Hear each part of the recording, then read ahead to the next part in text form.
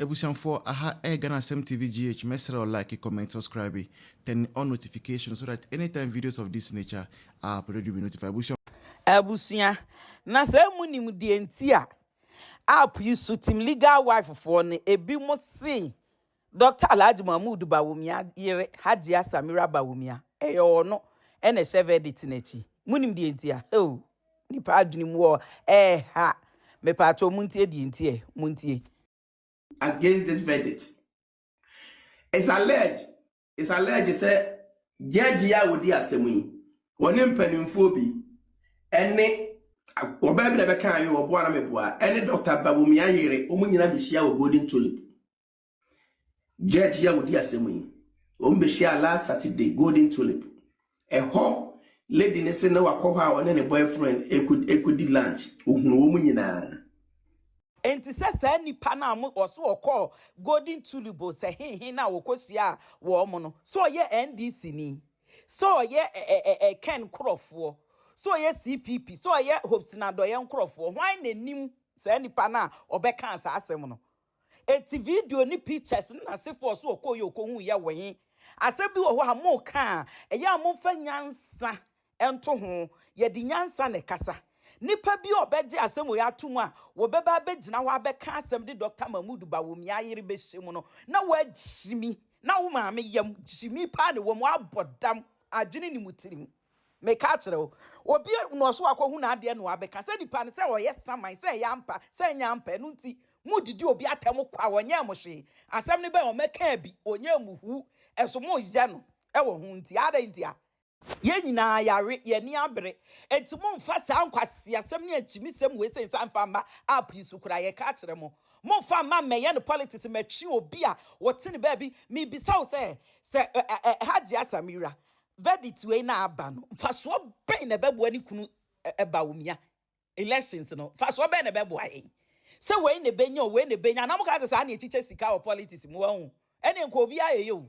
emfa so pain na de bebre yen me pese mi hu mfa so de bebre ne de hinti na ye de koma odobroni ana ye koya ma obi emfa so na ne de yen sa na teacher sika ti judge beji sika sesei masa mo kan se ma mo fa nyansa ka mo bi mo agimi dodo a ma hu se nkwasiafo bi na ma mu de obi pa o magimi obi pa o magimi bi mu a nkwasiafo mo ka se mo jimi a ya na ye nka hwe nkyere mo no ya na e kyere sen obi ti ho na ne ba bia no akofa ne se obi si okoye na one ne boy nipa na oka no ne boy obetima tua Golden Tulip aduane ka se cho ba akro mu ntimi entoni mo agimi nti on ba be ka akere mo na nkwasiafo te se mo na mo so mu di akire moa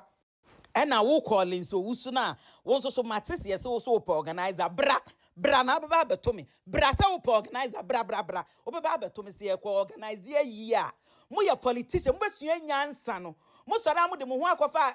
u na akọ organize obi ayi meboa bra wo de bra why mbra mo hey wa oba nimu asem wo be twi Samira wiem Collins no oye Ken supporter enu tu no mutu na ne MP wa nya kwayanko bi oye Ken supporter eti ni nsem hu no didi ye nti a wo ya sinti no mutu nu no eti mo bia meka se oye Bawumia ni mo mfuma asem ma yeso mo mfama asem ma Samira Bawumia ne so mote otan hunu sa na kire sen otan hunu sa ya bɔ mo pa mo fa mo pa ntena mba bi abusua video we wa enso dru ha bɔ modin tie na follow page na like video yi lumba sense ma ba obi e ka bi obi abeka bi because aba media so nti e na obi e ka bi e kire se wo so obi adwene ye baako ana wo ne wo nua bi nya asem sa asem ni ho dada e nam asem we nti e maya mienu yo mu di agro ha app isu Payola ne Pretty we jina ha nso ense wo mu yonkofa adwene ne ntimi nyepe tambie wo so obi a wo na adwene afia soa ni tirimu no fi se e wo se odobroni ene ewene ono na adwene no me fi se e wo se Serwaa Akosua Serwaa ene ono nso we ne eno ya me nso ma adwene ense se we ese obi ni obi entam na verdict na ba me ma se me fa me platform en kan se we become ye politics nanso so no app yi so me obi anim se ho na me wo na se verdict na ba na ankwa ama team legal wife said de nanka yisusu se ebekwa ama adeti na mo twe NPP abewuram adeti na mo twe Hajia Samira ne nkrofo abewuram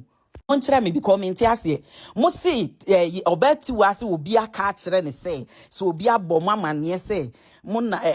mo kosia afia kotone timli hwanhwani kosia judge no ewo golden tulip e ma judge ni sika first of all judge bi abeji sika won kwadi no golden tulip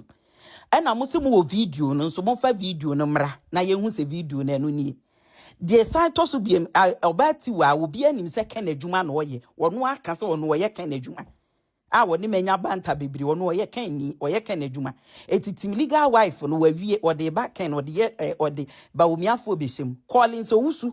a wono wonam a wodi nsem hu na asem no waje aboso a wo kora wo koba edidi abusuafo kora atem e wo ho no wa abro no anya abusua eso peso oye obi ayiye ma no wono ken echi no odi ken supporter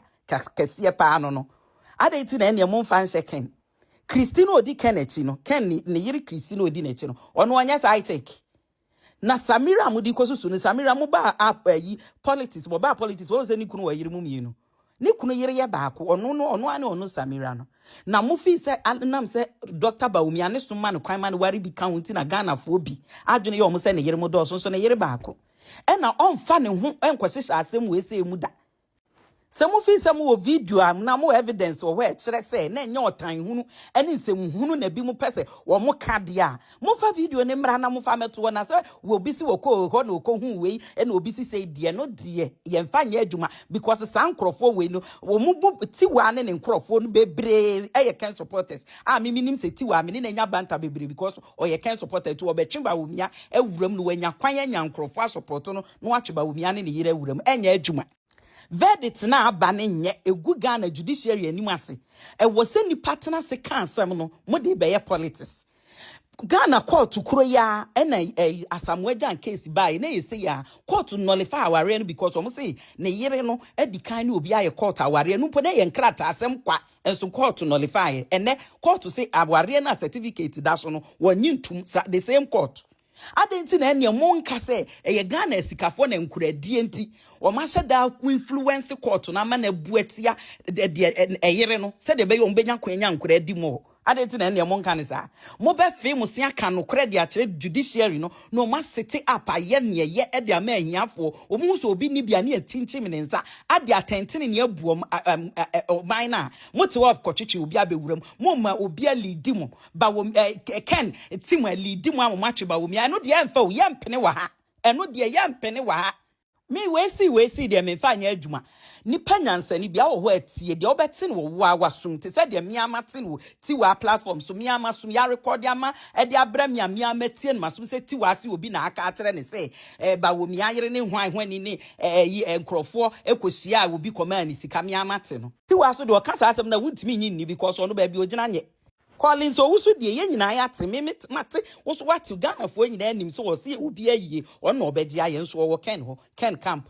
ken support adenti na ndem mo fan second mo mama ni na ho na mo mama adwiri mu na ho mo mama adwiri mu do mo ma obi selfish interest nti o lead mu nkwa ba bia nsese mo wa abra anya no kore na mo nsay verdict na aba na wo se judiciary no ye ka gu o mani ase na mo de mra ye adwuma di rule of law e ye adwuma wo Ghana no mo be daadaa no mo be ma we mu daadaa mo ne ye se samse we si wo e no no so ka say ye NPP for e na we mu ka say ye NPP for what kind of stupid is that why we ye NPP for kwan be so NPP say a judge na NPP ne pound. Look at this nonsense. Obit me kasa asem no. Judge na NPP for ne pound nti. Mudi ti wachi a ene ti wa de obeli di mo de ken ne hwan ni ntokwa na bewura ma me no na dane anu no waja ne de. No, hapana. I don't want to bring you into this. I just want to ask you a simple question. To have a contractual agreement, is it only signed by one person? Yes, like Gabi, I said Nipa too, no. I said Nipa net, Mpacho two net signed. It also depends on the jurisdiction and what type of contract. Fine, but minimum say once it comes to marital law, enuntina ye kra no mo sen yi den omu yi omu ebekwa kwaye witness. Into ba ye Ghana mu na ye say oba na maame ene be ma ne papa say de emedi achi no mo meta ye achi na omo nko sign man. For any document to be legal and binding, no, say a contract, no, there has to be the signature of whoever brought that contract, okay, and whoever is undertaking that contract. Bra me ba sisi me wa class me ba sisi me baba me ba. Me pacho you. Ebio. Se on koje married license ya. Eye nipa mienu na koje nye nipa baako. So we have to have the two signatures. Yemfa no kranton chen. Mene ma me Serwaa. Yes, Germany. Awari enkrata no de nipa mienu ne sign yemfa ma. I don't know how that happens. But me suma bisa Germany for my Germany for kire me ade miensa. Sa document na mu mienu de wo so no. So long as somebody your property, modi GBB, so long as somebody your BB in court or anything, no, there is a process. Ya say oko se cameo, se camo, se why na. Obefem, obefele, na ye di amount say o document ni. Enunti ebra na me maame Serwaa, Akosua Serwaa, ye ni na ye do so much because Lumba Nyom is all about Akosua Serwaa, so we love her so much. Oya na dwene se obekọ court no na sesanka okofa the correct original oko cameo ho Germany for mra mu yese sa na ye frɛ no cameo se de ho na omukọ fele nanka ogi the original copy ediba, especially when you are trying to test the court. But ya maya mami anye ne sa adwene a ye de che ya mami tirim ne se akwada ketewa bi eno ababa ena ababeje na ware akwada ketua bi e na ababeje na ware e no abeje na ware sa de no me nyai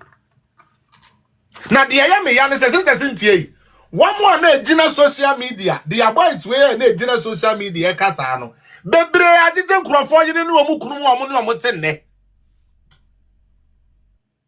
ba ku ya wo sori a o tim fifra sabi o te landing way wo bi kunu na age ya wodumi de wo ba ko a woto ene untumi nko wu bi o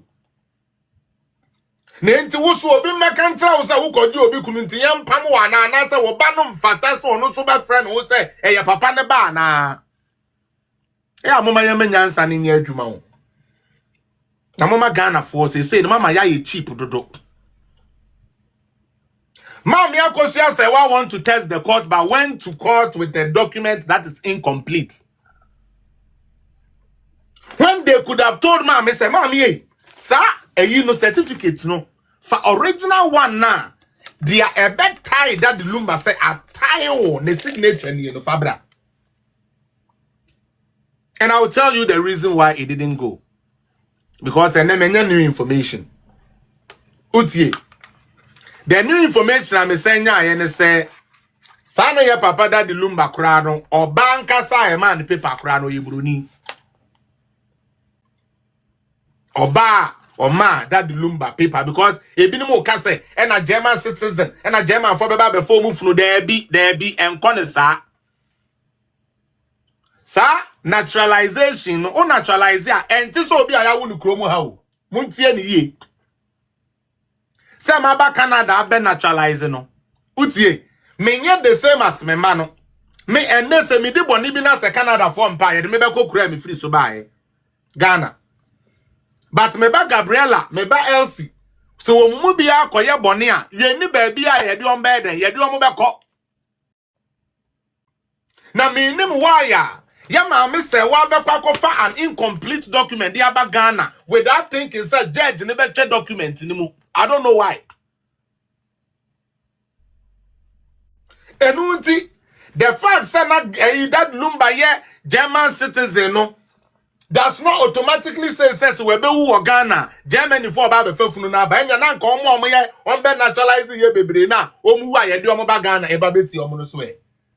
Tenanka aberi sabi aban ne be ka say on makwan.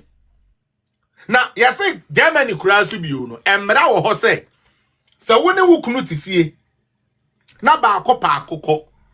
se mumu etete a se wa park ko bosumi mienu ni ade going forward now the marriage is not recognizable no more. Enu nti team legal wife for what your lawyers could have done Uzie was to let Yamame bring the original copy na Lumba no monsa chase no.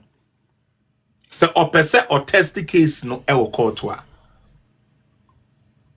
ye no bi hu ye kra ka kire mo say eni kwansa nka ye maame kra po sabiom prebiasa okoso sa court issue we adentia maybe some crofo bebre edi story nachi no particular point na me say yes small girl ne say oh my maame enye kuna debi maintain so say sabio ya papa da de lumba we la wa ye no ye maame Akosua Serwaa enka ho maintain sa because me am gina maame mbra ho no kakra me so maame no asem na aka sesi am hu say 1 week no mu nyina ye mane ye kama so na asem ni nyina tintin ni tietie nyina ye abusua pani na akoso say ade we nyina Felicity ase abusua pani because one say the first interview no omukọ grant abusua pani no mbusa na say that lumba yire no ne won kran no so no nim that lumba yire bi won kran no yire wonim na ne Akosua Serwaa de o Germany no so why did Akosua Serwaa have to okay we and again no interview mbusa say sa no se ana de o ne ti won kran ne de onu kura wonim because onu say get nifa motre safo no emre no o ka so ne be kasa get na ampere no into on fa motre safo no emre no friend get ne say wonim lumba busua pani bia eno no papa no de abufuo so be ye say o so onim ya me kura so minim no se wo eti wo asa busua pani no se bibi kura se si a minim se the first answer ne de eye no ano no wo necessary wo ko en 1 week na mo ko sere maame ne say oh say na akoso maame ne so hu say ne wo hodum moni maame na kasa moni ge na kasa se bibia ye kama 1 week na wo busua pani ensa ntro letter e ma lawyer fo ntro letter mre maame ne say so modi ni beka you know we na mo ye no funeral we say no so kra na just mo consider maame because of need that lumba wo menti eno de enchrebu but jina wa mami because just ansem we awaka kra no very confusing and I don't know why I am by my way eba be fra Samira because na me ka cho se mi entos ni ni enkomo ehia then enkomo na yedi no and then enkomo na yedi no and na birthday intino enkomo na yedi no now tia asem na nya consistent unim de ntia asem no enye consistent me ya busua pani birthday wo me pa cho ai Felix wa anyi ni oh birthday there's from last week na me announce so obi am fa the gift mra from last week na me here adwuma me pa cho ti ha ma me tia first and foremost abusua pani